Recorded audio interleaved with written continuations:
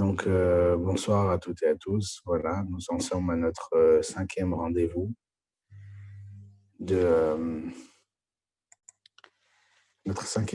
sur une réflexion sur l'éducation et le couple. Alors, on essaie d'alterner entre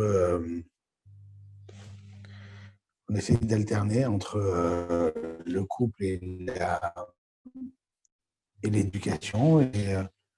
Et ce soir, j'avais envie donc de traiter de l'éducation, mais pas juste de l'éducation en tant que parent, mais de l'éducation personnelle. S'éduquer soi-même et éduquer nos enfants, bien entendu. Ça va souvent de pair. Ce soir, nous allons donc traiter de la problématique de toutes ces actions que l'on ne fait que par intérêt. Que l'homme, tel qu'il est construit, il n'arrive à fonctionner, il n'arrive à vivre, à agir, que s'il y trouve un intérêt quelconque.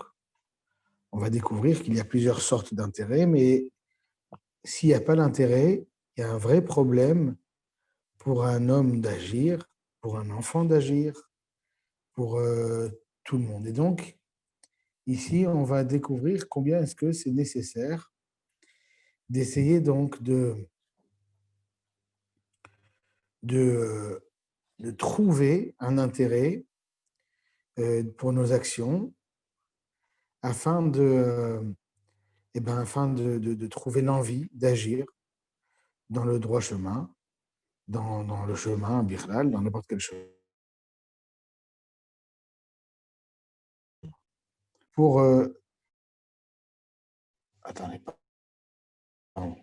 Pour égayer cela, comme d'habitude, on va étudier de la Torah. On va étudier des textes de la Torah et ensuite un texte de la Gemara qui va réussir à nous aider un petit peu à réfléchir à cette problématique.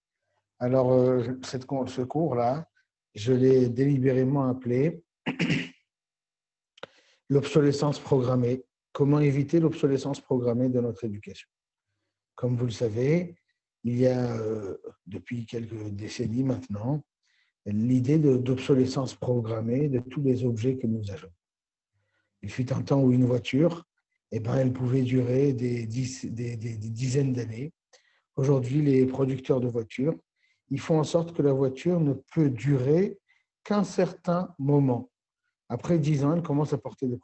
Une machine à laver, la même chose. Tous les objets que nous achetons, aujourd'hui, ils ont déjà une obsolescence, ils sont déjà construits pour être cassés dans 5, 7 ans, 10 ans. Ils ont été construits ainsi. C'est comme ça que la loi du plus fort, la loi de la consommation a été mise en place afin de nous forcer à racheter perpétuellement. Et donc, on va se rendre compte que cette obsolescence programmée, que cette date de péremption, entre guillemets, de tous nos objets, elle existe non seulement dans les objets qu'on va acheter, qu'on va produire aujourd'hui, mais elle existe dans toutes les idées, dans tous les idéaux qui peuvent exister. Très souvent, on a déjà prévu, on sait déjà, ou alors on a construit une idée ou une manière d'être qui n'a de sens qu'à un moment précis, que dans une situation précise, que dans telle ou telle période, ou tel lieu, et que tant qu'on n'est pas rentré à l'intérieur même du fondement de l'idée et de l'idéal ou de l'idéal, on va avoir énormément de mal à avoir quelque chose d'éternel et de transcendant. Je m'explique.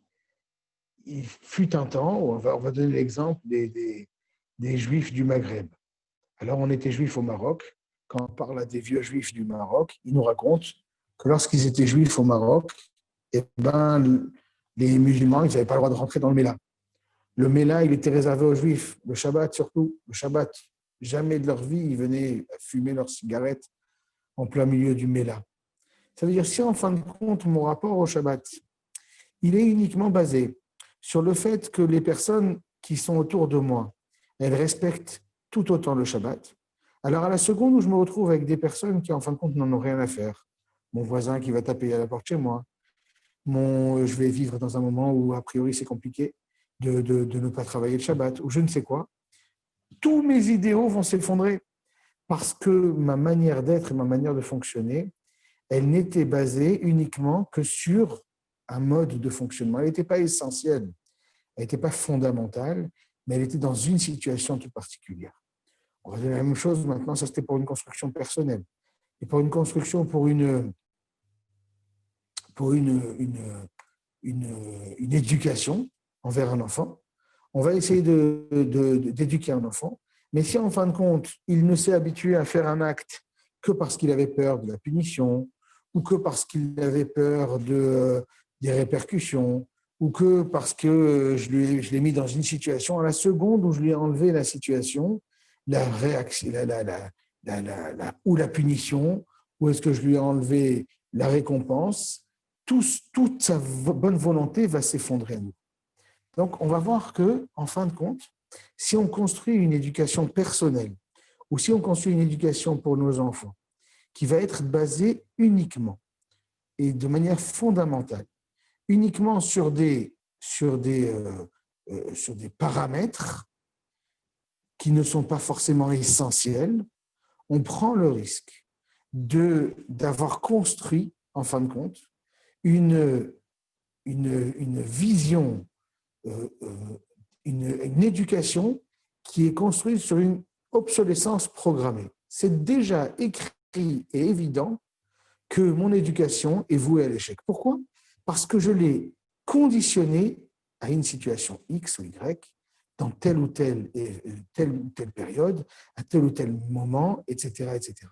Or ça, il faut qu'on essaye de se construire et de construire notre vie juive et notre éducation, non pas sur quelque chose qui est voué à l'échec ou qui est voué à être périmé, mais qu'on puisse se construire quelque chose d'éternel. Alors c'est ça qu'on va essayer d'étudier ce soir et d'essayer de comprendre un petit peu comment construire quelque chose d'éternel et pas construire quelque chose qui va être voué à l'échec ou qui va être, entre guillemets, très raccourci. Alors je vous partage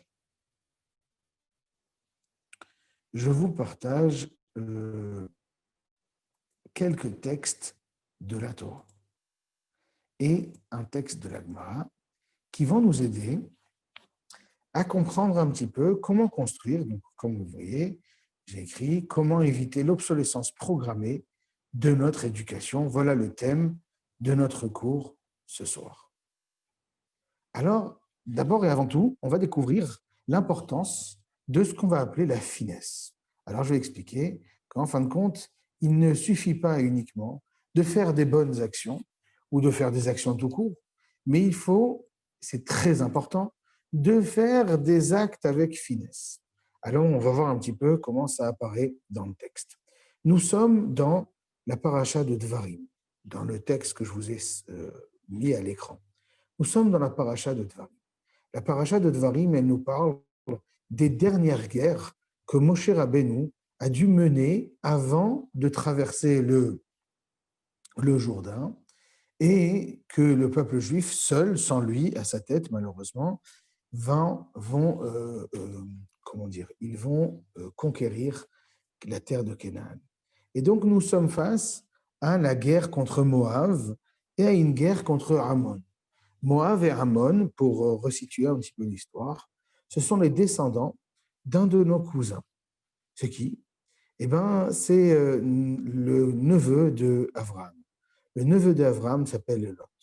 Il a été sauvé in extremis de la destruction de Sodome et Gomorrhe, et il se retrouve dans une grotte. Il y avait à l'intérieur de cette grotte une cruche avec du vieux vin, et il y avait ces deux filles. Et ces deux filles, elles étaient persuadées, malheureusement, elles étaient persuadées qu'ils étaient les derniers rescapés de toute l'humanité, tout entière. Alors, ils se disent, tiens, on est les seuls rescapés de toute l'humanité, et à l'intérieur de la grotte, il y a du vin. C'est sûrement un message que Dieu nous envoie. Ils ont perçu que Dieu leur demandait de se reproduire pour sauver l'humanité. Et donc, la première des filles va donc saouler son père ouais, le saouler, l'enivrer, et elle va avoir une relation avec elle, et elle va avoir un enfant. La nuit d'après, sa sœur va faire la même chose, et elle va aussi avoir un enfant. Les deux femmes vont avoir des fils. L'une d'entre elles va l'appeler Moav. Moav, traduction littérale, de mon père. Ça veut dire elle a affiché de manière éhontée qu'elle portait l'enfant de son père. Et sa deuxième sœur a été un peu plus fine. Elle a appelé son fils Ammon. Ammon, c'est de mon peuple. Maintenant, on répète, les deux filles ont fait le même acte. Les deux filles ont eu un enfant incestueux avec leur père. L'une d'entre elles a manqué de finesse parce qu'elle a appelé son fils Moav, de mon père. La seconde a manqué un peu moins de finesse en faisant une allusion au fait qu'elle portait l'enfant de son père, mais en disant le mot Ammon, de mon peuple. Les Chachamim vont nous dire dans la Gemara, comme on va le voir, les Chachamim vont nous dire qu'il va y avoir une différence entre les deux. Que les descendants de Moav, eh ben on va les chouchouter. On ne va pas les chouchouter, pardon. Les descendants de Moav, descendants de cette fille qui a manqué cruellement de finesse, eh ben eux, on ne va pas les chouchouter. Par contre, les descendants de Ammon, qui sont les filles de cette femme qui sont les enfants de cette femme qui a eu un peu de finesse, ceux-là, on va les chouchouter. Alors, regardez comment c'est écrit dans le texte. Vayomer Hachem Elai. Hachem, il parle à Moshe. Donc, c'est Moshe qui parle. Hachem m'a parlé. Al tatsar et Moab. Ne fais pas de mal à Moab. Ve'al tidgarba. Et ne commence pas à le titiller ou à lui rentrer dedans. Minchama, en fomentant une guerre contre lui. Parce que sache sache que je ne te donnerai pas de sa terre en héritage. Lot, car c'est au fils de Lot, Natati et Ar Yerusha, que j'ai donné la terre de Har en héritage. Donc là, ici, on voit quoi? On voit que la Torah nous a dit, écoute, ne commence pas à faire le siège contre Moab et ne le provoque pas à la guerre. Très bien. On continue. À propos de Ammon, on va avoir presque les mêmes expressions. Vekarav tamul bene Ammon, nous dit la Torah. Tu vas t'approcher à côté de Ammon. Al tetzurem, ne leur fais pas un siège. Ve'al tidgarbam, et ne les provoque pas. Kilo eten me'eretz bene Ammon, car je ne te donnerai pas de la terre de bene Ammon, lecha Yerusha, pour toi, en héritage. Qu'il y venait Lot, netati à Yerusha, car c'est au fils de Lot que je donnerai en héritage. Et là, la Gemara que vous avez juste en dessous, elle va nous dire la chose suivante. Elle va nous dire Amar Rabbi Hiya Barabba Amar Rabbi Yochanan. Rabbi Hiya Barabba dit au nom de Rabbi Yochanan, En Akadosh Baruch Hu mekapeach schar kol bria. Sachez qu'Akadosh Baruch Hu ne va jamais, au grand jamais, porter atteinte ou ne serait-ce que, comment dire, il ne va jamais léser aucune personne. Afilou schar sichanaa, même une petite belle parole, un petit mot gentil. De'ilu bechira de Kamra Moav, parce qu'on voit bien que cette grande fille qui a appelé son fils Moav, fils de mon père, Amar lo Akadosh Baruch Hu a dit les Moshe, Al tatzar et Moav, al tidgarbam milchama. À propos de ça, il lui a dit, ne fais pas le siège et ne le provoque pas à la guerre. Mais donc on précise, milchama hu deloha anagaria avid behu. La Torah nous dit, tu sais, il ne faut pas que tu commences une guerre avec eux, mais si tu as envie de les embêter, de les provoquer un petit peu, fais-toi plaisir. Avid behu, tu peux lui refaire. Tseira la jeune, par contre. De Kamra ben Ami, qui elle a dit, c'est le fils de mon peuple. Amar la Kadosh Baruch Hu li Moshe v'karaf tamon ben Amon al tetzorem al tidgarbam, klal de afilu anagarel avid behu. Par contre, la seconde, la deuxième femme, qui, elle, a été beaucoup plus fine dans sa manière de parler, elle, tu n'as même pas le droit, sa descendance, tu n'as même pas le droit de la provoquer du tout. Ce n'est pas uniquement que tu lui fais pas la guerre, tu ne lui fais rien. La Gemara, ici, elle invite le peuple juif qui est devant les descendants de Lot et de la grande fille Moab. Et nous dit la Gemara, tu sais ce que tu lui fais? Tu lui montres les gros bras, tu lui montres les crocs, tu lui montres que tu es très énervé, que tu es très fort, et qu'à n'importe quel moment, tu as envie de lui sauter dessus. Mais tu n'as pas le droit de faire la guerre contre lui. Mais si tu veux l'angoisser, si tu veux lui voler, le voler, ou alors peut-être pas le voler, mais lui casser les pieds un petit peu, tu peux, il n'y a pas de problème. Par contre, la seconde, tu ne lui fais rien. Les descendants de la seconde, tu ne lui fais rien. Pourquoi? Parce qu'elle a été fine. Et ici, on découvre qu'à action totalement égale, on a deux personnes qui ont fait exactement la même action, On a un rapport qui va être complètement différent. Et c'est quoi? Dans une finesse incroyable, dans la manière d'appeler son enfant. La même action, deux manières d'appeler son enfant, va avoir une répercussion énorme. Et là, on va découvrir du coup que, et c'est non seulement il va y avoir une répercussion sur une si petite différence, on va découvrir en plus que cette répercussion, elle va se reproduire sur le très long terme. C'est-à-dire que là, ce n'est pas les fils de cette femme ou les petits-fils de cette femme, on parle des arrière-petits-enfants, on parle de quelques générations après. On parle quelques centaines d'années après. Quelques centaines d'années après, eh ben, on va rapporter à ces personnes un mérite pour le nom qu'ils portent, que leur mère a décidé de donner, en le comparant à une autre personne. C'est-à-dire ici, on va voir que chaque petite action peut avoir, lorsqu'elle est voulue, l'action, lorsqu'elle est réfléchie, lorsqu'elle est aboutie, lorsqu'elle est tout ce qu'il faut, etc., elle peut avoir des répercussions sur le très long terme.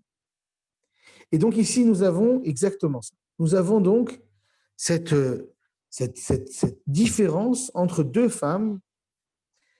Une, on va donc déranger un petit peu, faire du mal un petit peu à sa descendance. Et une autre, on va la laisser à action totalement égale. Les actions sont exactement les mêmes. Et quand même, on va faire une différence. Alors, on va découvrir, on va essayer d'approfondir ça un petit peu avec la suite du Passouk, avec la suite des Psukim. On est toujours dans le Pérek Gimel de Dvarim. Il y a un troisième peuple que Moshe Rabbeinu va être confronté à lui, un troisième peuple. Vayomer Hashem Elai, donc je vous lis le Passouk. Vayomer Hashem Elai, Hashem m'a dit, Al tira oto, n'aie pas peur de lui. Ki biyadecha natati oto vet kol amo, car sache que c'est dans ta main que je vais te le donner, lui et tout son peuple.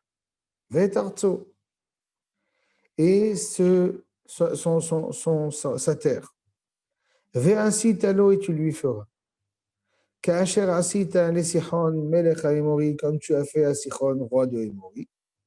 Asher Yoshev becheshbon, qui est installé à Cheshbon. Ici, nous dit la Torah, Moshe Rabbeinu a le devoir à nouveau, avant de mourir, de s'attaquer à un nouveau peuple. Ce nouveau peuple, c'est le peuple de Og, le roi de Bashan. Og melech Bashan. Og, le roi de Bashan. Et là, Hachem, il lui parle. Et il dit à Moshe, Moshe, attention, n'aie pas peur de lui. N'aie pas peur, tu vas gagner la guerre, c'est sûr. Et la question qui se pose, mais pourquoi il doit avoir peur, Moshe? Il a déjà massacré Sichon, ça s'est bien passé contre Moab, ça s'est bien passé contre Ammon. Alors, ils ne se sont pas battus contre eux, mais quand même, Pourquoi est-ce qu'il devrait avoir peur de Og? Qu'est-ce qu'il a de spécial, Og? Et là, Rashi va nous expliquer qu'est-ce qu'il y a de spécial. Al-Tira Oto, n'aie pas peur de lui. Ou Besichon, à propos de Sichon, l'Utzrach Lomar, Al-Tira Oto. À propos de Sichon, il n'a pas été nécessaire de lui dire n'aie pas peur de lui. Pour Og, Hachem, il a dû dire à Moshe n'aie pas peur.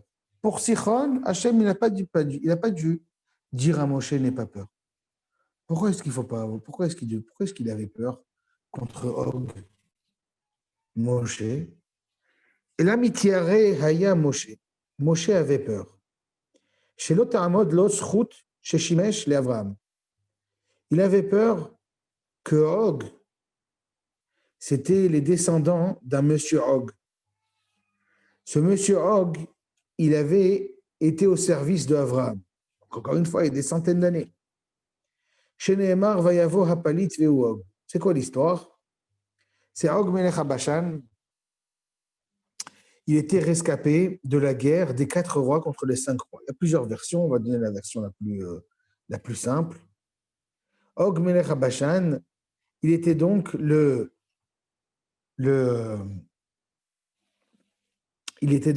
rescapé de la guerre des 4 rois contre les 5 rois. Et il court pour venir voir Avraham Avinu. Et pour dire à Avraham, cher Avraham, sache que ton neveu Lot, ton cher neveu Lot, il a été fait prisonnier. Je dis, ah ouais, mince alors, j'y vais. Et là, Og, il dit à Avraham la phrase suivante. Regarde Avraham, n'aie pas peur. Je reste avec ta femme Sarah, je la protège le temps que tu reviennes. Quel gentleman ce Og, un vrai gentleman. Il va s'occuper de Sarah. Nous dit Rashi, c'était pas un si grand gentleman. Nous dit Rashi, vous l'avez ici à gauche. Umit kaven sheyehareg Avram veissa et Sarah. Og Melech HaBashan, il avait une volonté. Il s'est dit, regarde, je vais envoyer Avraham Avinu. Avraham Avinu, c'est pas un grand soldat. Je vais l'envoyer essayer de sauver son neveu Lot. Et je sais ce qui va se passer. Il va mourir. Il va jamais revenir. Et moi, je vais pouvoir me marier avec Sarah, la magnifique Sarah. Donc, Og, il avait une réflexion. Il s'est dit, tiens, je vais courir chez Avraham pour lui annoncer que Lot, il s'est fait prisonnier. Et je fais ça parce que je suis sûr qu'Avraham, il ne va pas réussir à rester impassible, sachant que son neveu, il est en prison. Avraham va donc se lever, il va courir jusqu'à la ville de Sdom pour essayer de libérer Lot. Et lorsqu'il va essayer de libérer Lot, c'est évident qu'il va perdre la guerre. Et donc, il va forcément mourir. Et moi, Og, je vais pouvoir rester marié avec Sarah. Bam, un plan parfait. Donc, depuis le début, quand Og il se présente devant Avraham, il a un intérêt.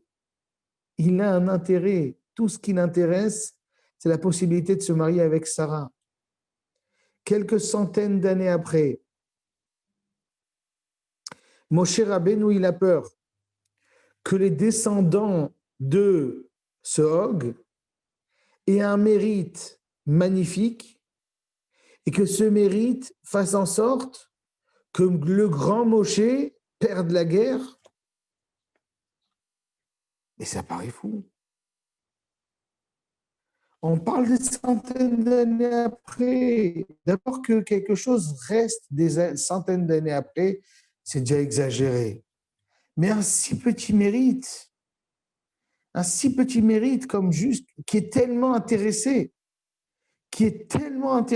pourrait avoir des répercussions des centaines d'années après que le grand Moshe Rabbeinu va perdre la guerre, à tel point que Hachem, il est obligé de lui dire Al tira Oto, n'aie pas peur de lui. Et pourquoi est-ce qu'il devrait avoir peur, Moshe Rabbeinu? Moshe Rabbeinu, c'est un tzaddik qui fait des bonnes actions tout le temps. Il n'a pas à avoir peur du petit Og qui a fait une petite action il y a quelques centaines d'années. Et en plus, cette action, elle était complètement intéressée. Ça n'a aucun sens. Et pourtant, oui. On voit qu'agir par intérêt ou agir avec finesse, dans les deux cas, on a vu agir avec finesse chez les filles de Lot, et on a vu agir avec intérêt chez Og. Dans ces deux situations, finesse et intérêt, même si en fin de compte, à action complètement intéressée ou à action complètement pourrie, mais je l'ai fait avec finesse, et ben mon action elle est plus si pourrie. Et ou alors je l'ai fait par intérêt, mais c'est une bonne action quand même, elle n'est pas si pourrie. On voit qu'il y a quelque chose d'incroyable.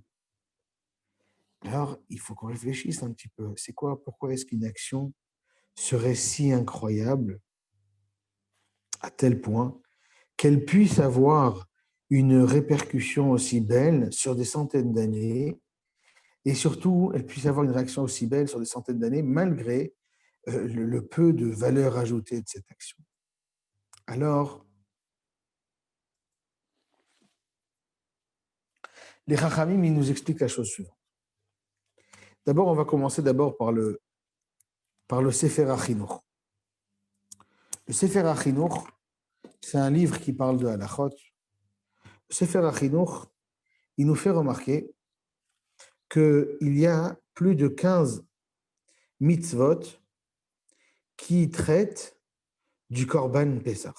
Plus de 15 mitzvot de la Torah qui traitent du Korban Pessah, du sacrifice de l'anneau pascal.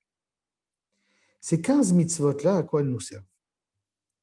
Va nous dire le Chinuch, le Sefer HaChinuch, ce livre qui parle des mitzvot. Le Sefer HaChinuch, il va nous dire la chose suivante. Il va nous dire, tu sais, Acharei ha'ma'asim nigrarim ha'levavot. Après le cœur, après les actions, le cœur agit. Lorsque tu vas faire des actions, lorsque tu vas faire une action, cette action, au fur et à mesure, au début, il y a un décalage entre ton cœur et ton action, d'accord? Entre ta tête et ton action, entre ta manière de vivre et l'action. Il y a un moment, nous dit le Sefer HaChinuch, il y a une évidence. Ton cœur vivra à l'unisson de tes actions. Plus tu t'habitues à faire les choses, plus au bout d'un moment, ton cœur, il le vit aussi. C'est pour ça que les Chachamim, ils nous expliquent, le Rav Dessler, il nous dit, un enfant aimera toujours moins sa mère qu'une mère elle aimera son enfant. Parce que la mère, elle a donné. Elle s'est levée la nuit, elle lui a donné. Plus on donne, plus on aime. Un enfant, qu'est-ce qu'il donne déjà à ses parents? Il ne donne pas assez. Et donc l'amour qu'une mère ou un père ressent vis-à-vis de son enfant, sera toujours beaucoup plus grand que celui qu'un enfant ressent vis-à-vis de ses parents. Parce que, à nouveau, le cœur suit les actes. Étant donné que je me réveille la nuit pour mon enfant, donc je l'aime parce que je lui ai donné de mon temps. Mes actions, elles ont une portée sentimentale, une portée véritable. Et là, les Chachamim nous expliquent. C'est ça la grandeur de ces deux actions, de ces deux actions, ces trois actions. On a ici une action de finesse chez la mère de Amon. Et bien cette finesse, elle va faire des enfants, elle va créer de la finesse sur le très long terme. Ça, c'est une évidence. On a la même chose chez Og. Il a fait une action de chesed, de bonté. C'est vrai, intéressé, mais cette action va faire des bébés, elle va créer un nouveau chesed. Peut-être toujours intéressé jusqu'au jour où peut-être ça va devenir désintéressé. Mais c'est évident que ça va commencer. Que les actions, elles vont se rapporter dans le cœur. Un jour, c'est l'histoire du Brisk Rov, le Rav de Brisk. Le Rav de Brisk, un jour, il a reçu il a reçu tous les rabbins, tous les rabbinim qu'il y avait en Europe de l'Est pendant cette période-là. Il les a reçus dans sa maison pour une grande réunion. Et là, il y a un des enfants qui est rentré, un des petits-enfants, pardon, et un des petits-enfants qui est rentré dans la salle de réunion où il y avait tous les rabbins. Et il monte comme ça sur une chaise, il monte sur la table et il se met à marcher à quatre pattes sur la table. Alors il évitait comme ça, il y avait des boissons, il y avait un petit peu à manger. Il marchait, il se faufilait comme ça, c'était marrant. À droite, il voyait des barbes rousses, à gauche, il voyait des barbes noires. Un peu plus, il voyait des barbes blanches, ça le faisait rire. Il a marché jusqu'à la place de son grand-père. Le grand-père, il le prend, il lui fait un petit bisou, il le pose par terre. L'enfant, il a aimé. Il court de l'autre côté et il refait le même petit trip. Le grand-père, il le prend, il fait un petit bisou, il le pose. L'enfant, il a aimé, il refait un troisième tour. Et là, il y a un des présents, un des rabbinim qui était présent, qui commence à s'énerver et qui dit au Briskerov, Rav, l'heure n'est pas venue d'éduquer cet enfant. Et le Briskerov a dit, tu te trompes. Tu fais un amalgame, tu as fait une erreur de croire que l'éducation et le mode de fonctionnement, c'est la même chose. Je m'explique. L'éducation, c'est quelque chose qui doit rester à long terme. Alors, est-ce qu'on a déjà vu un enfant, un jeune homme de 25 ans, marcher sur la table à quatre pattes et s'amuser à éviter les bouteilles? Non, a priori, à part à pourri, mais encore, on ne voit pas de personne à 25 ans qui marche sur la table. Mais pourquoi il a arrêté? Pourquoi un enfant à 5 ans ou 6 ans, il arrête de marcher sur la table? Qu'est-ce qui se passe? Parce qu'on lui a répété 100 000 fois la même chose qu'il a arrêté? Ou est-ce qu'il a arrêté parce que tout simplement l'envie lui avait passé? A priori, il arrête parce que l'envie lui est passée. Qu'on lui ait répété ou qu'on ne lui ait pas répété, il y a un moment où on va arrêter de marcher sur la table. Par contre, il y a des mauvaises actions que soit on nous apprend à les surmonter, soit il y a de fortes chances pour qu'on fasse des erreurs. Par exemple, mentir à chaque fois qu'on est au pied du mur. On s'est fait attraper parce qu'on a fait une bêtise. On ne sait pas comment on a fait quelque chose, alors du coup, il faudrait mentir pour s'en sortir. S'énerver, par exemple, s'énerver. Devenir nerveux à chaque fois qu'on a un problème. Ça aussi, c'est une mauvaise habitude qui est très difficile à enlever. Et si on s'est habitué à mentir ou à s'énerver à chaque fois qu'on est en porte-à-faux, il y a de fortes chances pour que ça s'installe à l'intérieur de nous et à l'intérieur de notre enfant, et qu'à aucun moment on arrivera à nous en débarrasser. Là-dessus, il y a une mitzvah trilo, lui dit le Briskorov. Là-dessus, tu dois éduquer ton enfant. Tu dois te débrouiller pour que ce ne s'installe pas chez lui une mauvaise habitude qu'il ne va pas réussir à se débarrasser juste avec l'âge. Par contre, si c'est quelque chose qui va se débarrasser avec l'âge, comme monter sur la table, sauter sur un canapé, ce genre de choses, ça, tu n'es même pas obligé de lui dire. Sauf si tu n'as pas envie. Tu peux décider de mettre une règle à la maison. Je ne veux pas qu'on monte sur la table, je ne veux pas qu'on saute sur le canapé, je ne veux pas qu'on saute sur le lit. Ça peut être une règle de vie. Mais ça n'est pas de l'éducation. L'éducation, c'est réfléchir à long terme sur nos enfants. Les règles de vie, c'est décider de faire un acte ponctuel. Mais l'éducation, c'est réfléchir sur le long terme. Qu'est-ce qui va s'installer chez mon enfant? Si c'est quelque chose qui, de toutes les manières, va s'estomper, ce n'est pas la mitzvah d'éducation. Soit tu peux dire, a priori, tu t'en fiches, soit tu peux dire, non, je ne m'en fiche pas, et donc, du coup, je suis à cheval là-dessus, mais c'est une règle de vie. Mais il faut comprendre qu'un parent, et même, on va parler même maintenant encore une fois, sur nous-mêmes, parce qu'on n'est pas que parents ou grands-parents, mais on est aussi des éducateurs personnels de notre vie. sur nous-mêmes, on doit réfléchir qu'il y a certaines choses qui sont de l'ordre, qui flirtent avec l'éternité, qui sont de l'ordre d'habitudes et de modes de fonctionnement qui sont éternels, potentiellement, que je vais essayer d'installer chez moi de manière très forte. Et il y a certaines choses qui sont de l'ordre de l'éphémère, c'est ponctuel, c'est à ce moment-là que j'en ai besoin, c'est maintenant, c'est à tel moment, etc.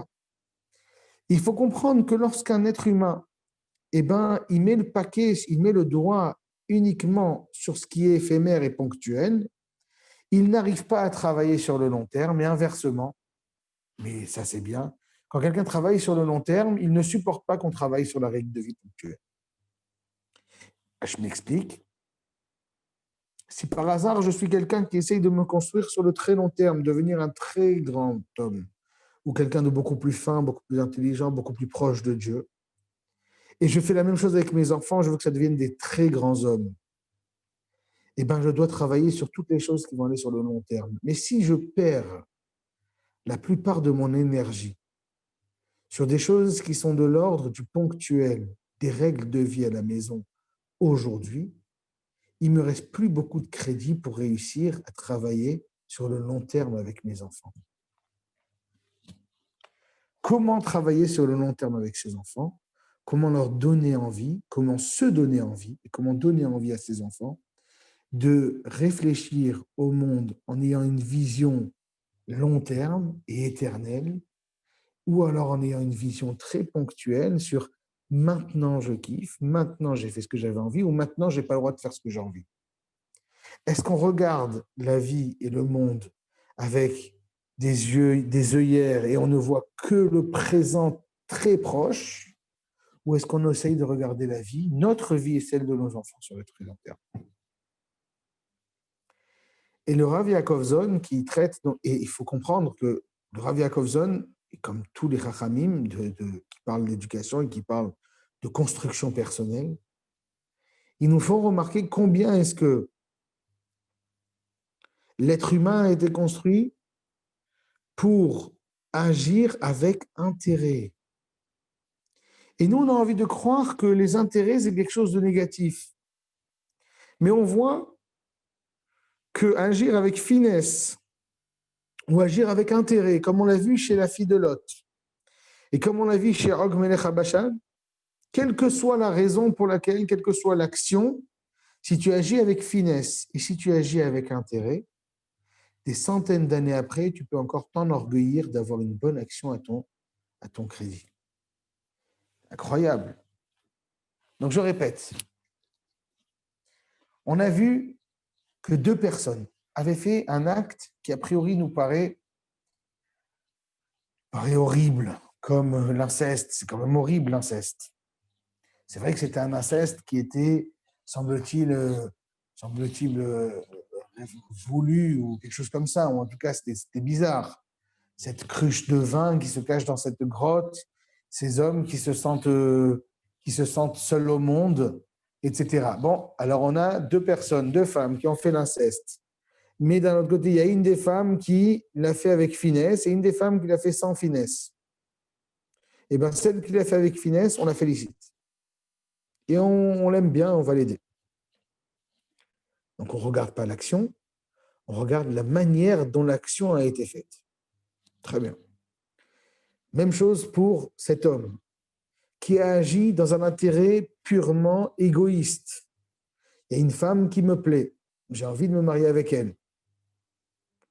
J'ai trouvé un moyen que son mari meure. Parfait. Attends, je n'ai pas compris. Donc, du coup, je l'envoie à la guerre. Et c'est vrai que c'est sympa. J'ai envoyé cet homme à la guerre pour qu'il sauve son neveu. Je suis un mec sympa. C'est une bonne action? J'ai envie de dire non. Bon, si, c'est une bonne action, mais elle est très intéressée. C'est donc une action pourrie. Ben non, c'est une très belle action. Qui, des centaines d'années après, peut être considérée comme étant une très bonne action. Qui va angoisser le plus grand des Névi'im, le plus grand des prophètes, Moshe. Et ensuite, on a découvert qu'il faut réfléchir à une éducation personnelle, à une construction personnelle, à une éducation pour nos enfants, qui va le plus loin possible, qui réfléchit sur le plus long terme possible. Chez nous, il ne doit pas y avoir d'obsolescence programmée, absolument pas. On doit réfléchir le plus loin possible. Et tout ce qui est éphémère, eh ben, n'est pas bon. Ce n'est pas là-dessus qu'il faut réfléchir. Alors, le Rav Yaakov Zon, il raconte cette histoire pour essayer d'expliquer comment est-ce qu'on doit faire pour réfléchir à quelque chose d'éternel, réfléchir à quelque chose qui va nous donner quelque chose d'éternel, c'est-à-dire qui va nous donner un maximum de bien-être sur le long terme pour une construction personnelle et pour une éducation parfaite pour nos enfants. Il raconte cette histoire-là, c'est une histoire, une expérience qu'il a fait sur son enfant, une expérience, ne vous inquiétez pas, bien heureuse, mais une expérience tout de même. Et Rav Yaakov Zon, donc je l'ai raconté ce matin dans un autre cours, parce que c'est une histoire que j'apprécie tout particulièrement. Le Rav Yaakov Zon, il a plusieurs enfants. C'est un des maîtres en éducation en Israël. Il a une dizaine d'enfants. Et ce Rav,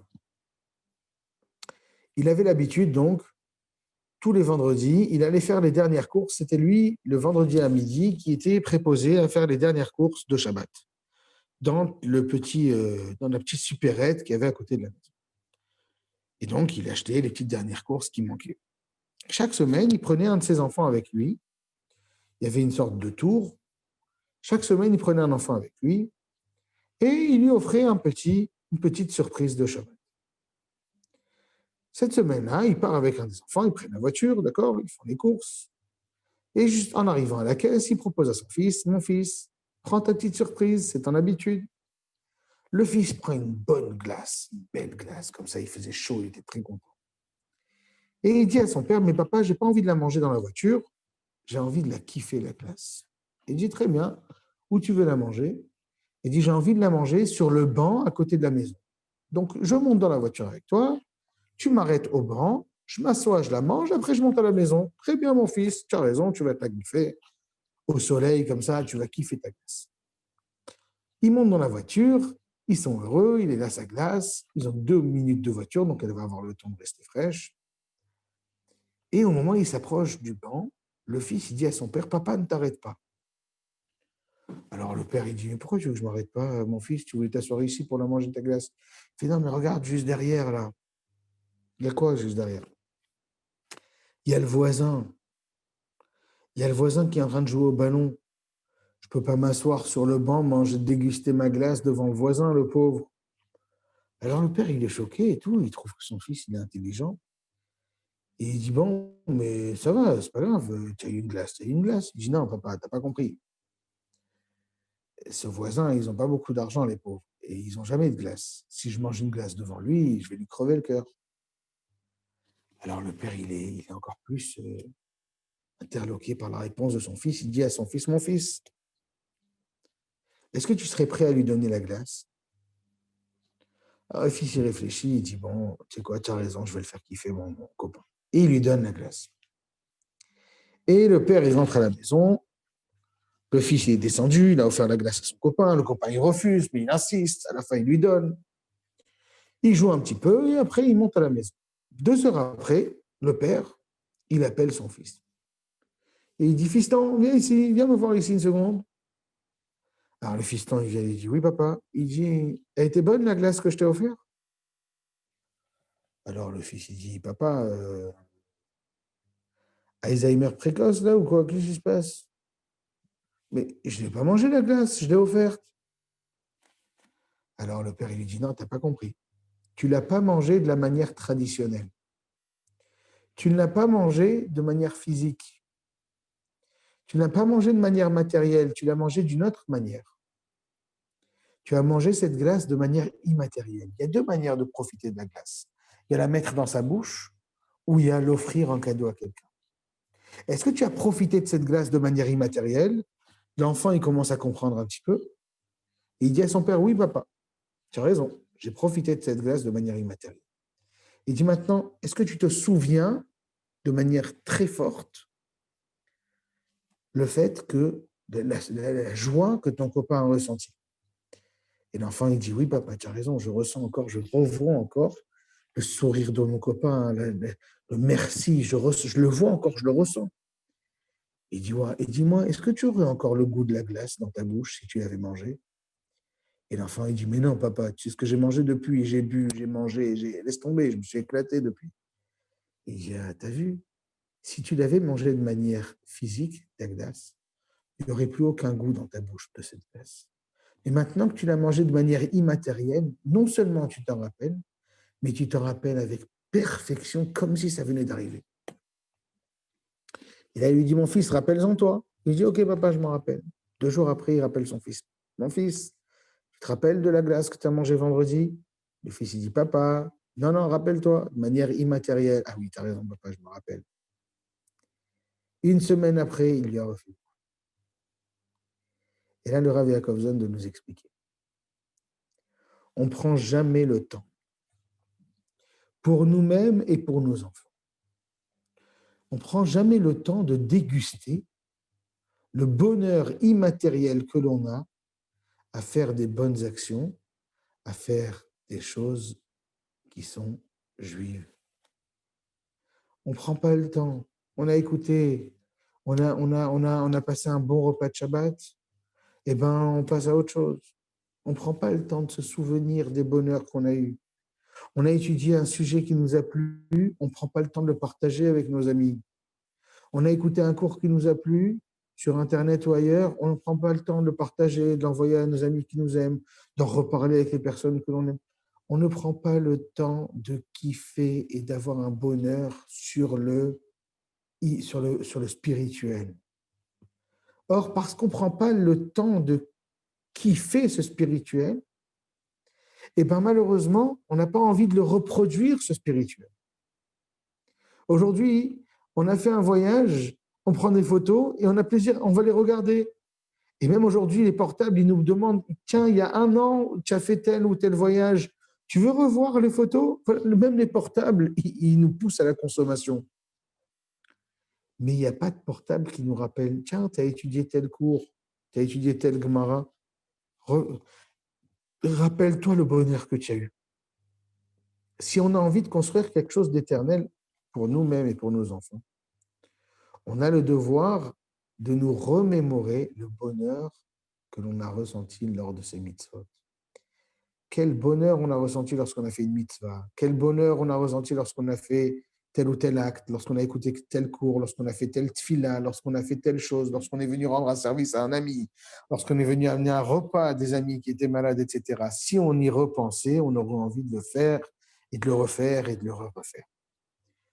Voilà le médicament contre l'obsolescence, contre la péremption annoncée de notre envie, de notre force, de notre éducation, de notre construction personnelle. Cultiver le bonheur que l'on a pu ressentir à faire tous ces actes, à faire toutes ces actions, etc. Rappeler à nos enfants quel bonheur ils ont eu d'avoir fait telle ou telle chose. Lorsqu'ils ont lu un livre, le bonheur qu'ils ont eu de le lire. Lorsqu'ils ont eu une bonne note, le bonheur qu'ils ont eu d'avoir une bonne note. Lorsqu'ils ont lorsqu'ils ont eu une discussion sympathique, lorsqu'ils ont fait une construction avec un beau dessin, lorsqu'ils ont fait quoi que ce soit, plus on va cultiver ce bonheur immatériel et plus on a de chance et d'envie de le reproduire et de le reproduire et de le reproduire. Mais si en fin de compte on n'y pense jamais, eh ben on n'aura jamais envie de le reproduire. Voilà un moyen de contrecarrer. Donc là, en fin de compte, c'est donner un intérêt immatériel à une action. Ne pas agir par intérêt physique, matériel, bête et méchant, mais agir par intérêt, mais immatériel. Et ça, c'est un intérêt qui est magique. Ça, c'est un intérêt qui est magnifique. Si on arrive à se construire personnellement, et si on arrive à donner l'envie à nos enfants de se construire de cette manière-là, de manière immatérielle et spirituelle, alors on leur a donné l'éternité et on leur a donné l'immortalité à leurs actions et à leurs idéaux. Et à ce moment-là, il n'y a plus d'obsolescence qui est programmée pour notre éducation, mais il y a une éternité et il y a un bonheur éternel pour nous et nos enfants et notre famille. C'est tout le mal qu'on peut vous souhaiter. Si l'un d'entre vous a une question à poser, je l'invite à le faire. Sinon, je vous souhaite une bonne soirée. Voilà. Est-ce que quelqu'un a des questions? Non, très bien. Eh bien, mesdames, messieurs, je vous souhaite une bonne soirée. Chazak à vous. Bonne soirée.